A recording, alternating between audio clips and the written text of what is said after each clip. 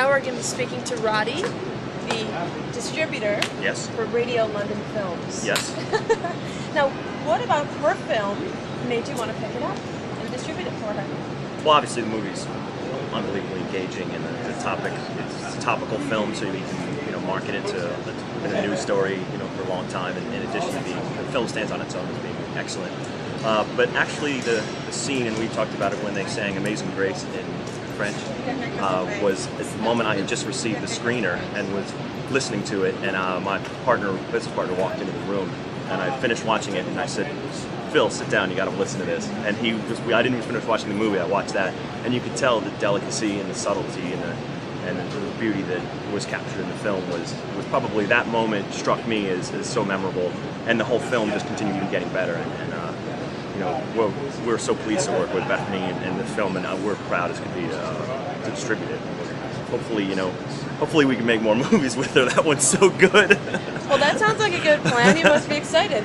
We are. We're doing the next one together. Yes. So I feel really excited to be collaborating with such gracious, artistic group of people, which is rare in distributors, that they really understand the artistic integrity that I want to bring to the screen in all of my future films. So, yeah.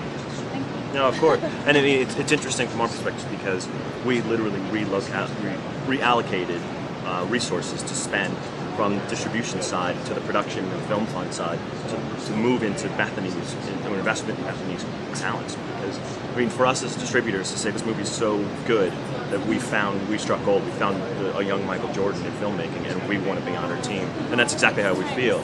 I know. What a compliment. It really is nice, and it's been thrilling to work with. And yesterday, Bethany and I spoke from 11 o'clock in the morning until about 2:30 in the morning about the film. When we uninterrupted, that's how much enthusiasm we have, and how much catching up I had to do in only a couple weeks of information since the last time we spoke.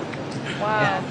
So on the next project, or with any of your projects, how do you go about marketing and taking these to the audiences that you know will understand them, will appreciate them the most, to get the buzz going?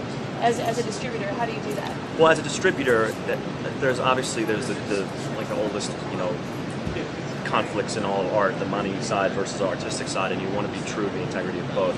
And what I want to do is have movies that will stand on their own, but being marketable and having built-in audiences in places where we know we have a voice out in the marketplace. Because you can build the world's best race car if you can't have anyone look at it or drive it or test it, or if it's locked in your garage, no one will ever know about it.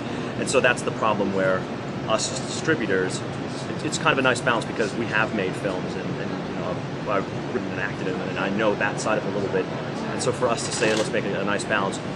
But to get back to your question, is it to find a core emotional belief that everyone can relate to, and everyone can say, wow, I like that idea, or that feels good, or that feels bad, or whatever it happens to be. And then we pass it over to the master to develop that idea, and hopefully with a bit of guidance from marketing side and from the promotional side, that then we let the artists, the smart people, step in and get it done. Sounds like a dream team. Isn't it?